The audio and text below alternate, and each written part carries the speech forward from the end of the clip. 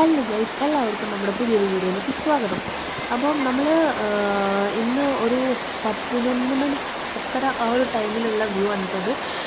രാവിലെ തന്നെ മഴ പൊടിയാൻ തുടങ്ങിയിട്ടുണ്ട്. ഞാൻ അർജിക്കുട്ടനും അമ്മയും കൂടി അമ്പലത്തിൽ പോയിട്ടുണ്ടായിരുന്നു. കാരണം നെക്സ്റ്റ് സൺഡേ നമ്മുടെ കുടുംബക്ഷേത്രത്തിൻ്റെ പൂജ ഉണ്ട്. അപ്പോൾ അന്ന് നമുക്ക് പോകാൻ കഴിയുണ്ടായില്ല. ബിക്കോസ് ഞങ്ങൾ ഇന്ന് അവൻ്റെ അച്ഛൻ്റെ വീട്ടിലേക്ക് പോവുകയാണ് ഗൈസ്. ആശയ രാവിലെ തന്നെ നല്ല കഴിക്കുന്നതാണ് കേട്ടോ.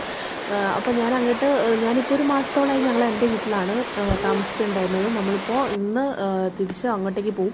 അപ്പോൾ അതിന് മുന്നേ ആയിട്ട് ഞാൻ എൻ്റെയും അവൻ്റെയും ഡ്രസ്സും കാര്യങ്ങളൊക്കെ ഷെൽഫിൽ നല്ല രീതിയിൽ മടക്കി വയ്ക്കുമായിരുന്നു. കാരണം എനിക്ക് എൻ്റേതായിട്ടുള്ളൊരു ഓർഡർ ഉണ്ട്. അതിൽ എൻ്റെ ഡ്രസ്സായാലും ശരി, അവൻ്റെതാണെങ്കിലും ശരി, അത് അതിൻ്റേതായ രീതിയിൽ വെച്ചിട്ടുള്ള എനിക്ക് ഭയങ്കര ഇറിറ്റേഷനാണ്.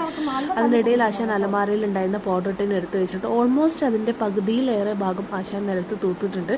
എന്നിട്ട് അതിൽ കിടന്ന് ഇങ്ങനെ പരത്തി കളിക്കുകയാണ് ചെയ്യുന്നത്.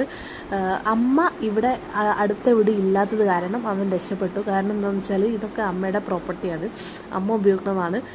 പിന്നെ അവൻ്റെ വേറൊരു വികൃതിയാണ് ഇവൻ്റെ വണ്ടി എടുക്കുക, എന്നിട്ട് അതിങ്ങനെ തല തിരിച്ചു വെക്കുക, അതിൻ്റെ മുകളിലുള്ള സ്റ്റിക്കറൊക്കെ പറിച്ചു വെക്കുക. വണ്ടിയിൽ നല്ല രീതിയിൽ ഓട്ടുകയൊക്കെ ചെയ്യും. വണ്ടി ഓട്ടി കഴിഞ്ഞിട്ട് ആവശ്യം കഴിഞ്ഞാൽ അതെടുത്ത് മറിച്ചിടുകയാണ് ചെയ്യുക. അങ്ങനെ ഇരിക്കുമ്പോൾ വൈകുന്നേരം ആയപ്പോൾ ഞാൻ അവനെ കണ്ട് പുറത്തോട്ട് പോയി. വേറൊന്നും കൊണ്ടല്ല, ഇന്നും കൂടി ഇങ്ങനെ പോകാൻ പറ്റുള്ളൂ. അവിടെ അച്ഛൻ്റെ വീട്ടിൽ പോയാൽ ഇതുപോലെ ഇറങ്ങി നടക്കാനൊന്നും പറ്റില്ല. അങ്ങനെ ഇറങ്ങി നടക്കാൻ പറ്റിയൊരു സ്ഥലമൊന്നും അല്ല അവിടെ. അത് കാരണം ഞാൻ വൈകുന്നേരങ്ങളിൽ കറക്റ്റ് ആ ടൈമിൽ ചെറിയച്ഛൻ പശുവിനെ മേയ്ക്കാൻ വന്നിട്ടുണ്ടായിരുന്നു നമ്മുടെ മുന്നിലെ പറമ്പിൽ. കാരണം ഇപ്പം മഴ പെയ്തത് കാരണം നല്ലോണം പുല്ലൊക്കെ മുളച്ച് പൊന്തിയിട്ടുണ്ട്. അപ്പം അത് കാരണം ആള് പയ്യനെ അവിടെ കൊണ്ടുവന്ന് കെട്ടിയിട്ടുണ്ടായിരുന്നു. അപ്പം ഞാൻ അവൻ്റെ അടുത്ത് പറഞ്ഞു, നമുക്ക് അവിടെ പോകാൻ, അമ്മ കാണിച്ചു തരാമെന്ന് പറഞ്ഞിട്ട് അവനെയും കൊണ്ടുപോയിട്ടുണ്ടായിരുന്നു. കുറേ നേരം അവരത് നോക്കിയിരുന്നു. ഇവൻ്റെ കൂടെയുള്ള കുട്ടിപ്പട്ടാളങ്ങളാണ് കേട്ടോ ഇത് കാണുന്ന രണ്ടെണ്ണം. ഇവർ 3 പേരുമാണ് ഇവിടെ. ഞങ്ങളിവിടെ വരുന്ന സമയത്ത് ഇവർ 3 പേരും ഒരുമിച്ചാണ്. 3 ആളും ഏകദേശം ഒരേ ഏജാണ്. ഒരു 6 മന്ത് 1 മന്ത് ഗ്യാപ്പ് അത്രയേ ഉള്ളൂ. ഇവൻ്റെ അടുത്ത് നിൽക്കുന്ന ആളില്ലേ, അവൻ ഇവനേക്കാളും 6 മന്ത് മൂത്തതാണ്. ദെൻ കയ്യിലുള്ള ചെറുത് ഇവനും സെയിം മന്തിലുണ്ടായിട്ടുള്ള ആളാണ്. പശുവിനെ എത്ര അടുത്ത് കണ്ടിട്ട് പോലും ഇവറ്റകൾക്കൊന്നും ഒരു പേടിയില്ല. അത് കുത്തുന്ന പറഞ്ഞിട്ട് പോലും ഒരനക്കവും ഇല്ലാതെ അതിങ്ങനെ കണ്ടുകൊണ്ടിരിക്കുകയാണ് ഗൈസ്. നല്ല വികൃതിയാണ് കേട്ടോ. ഈ പശു കാണുന്ന പോലെ കേട്ടോ, ഇത് നല്ല രീതിയിൽ കുത്തും. ആ പശു ഭയങ്കര കുറുമ്പത്തിയാണ്, നല്ല രീതിയിൽ വികൃതി കാണിക്കും.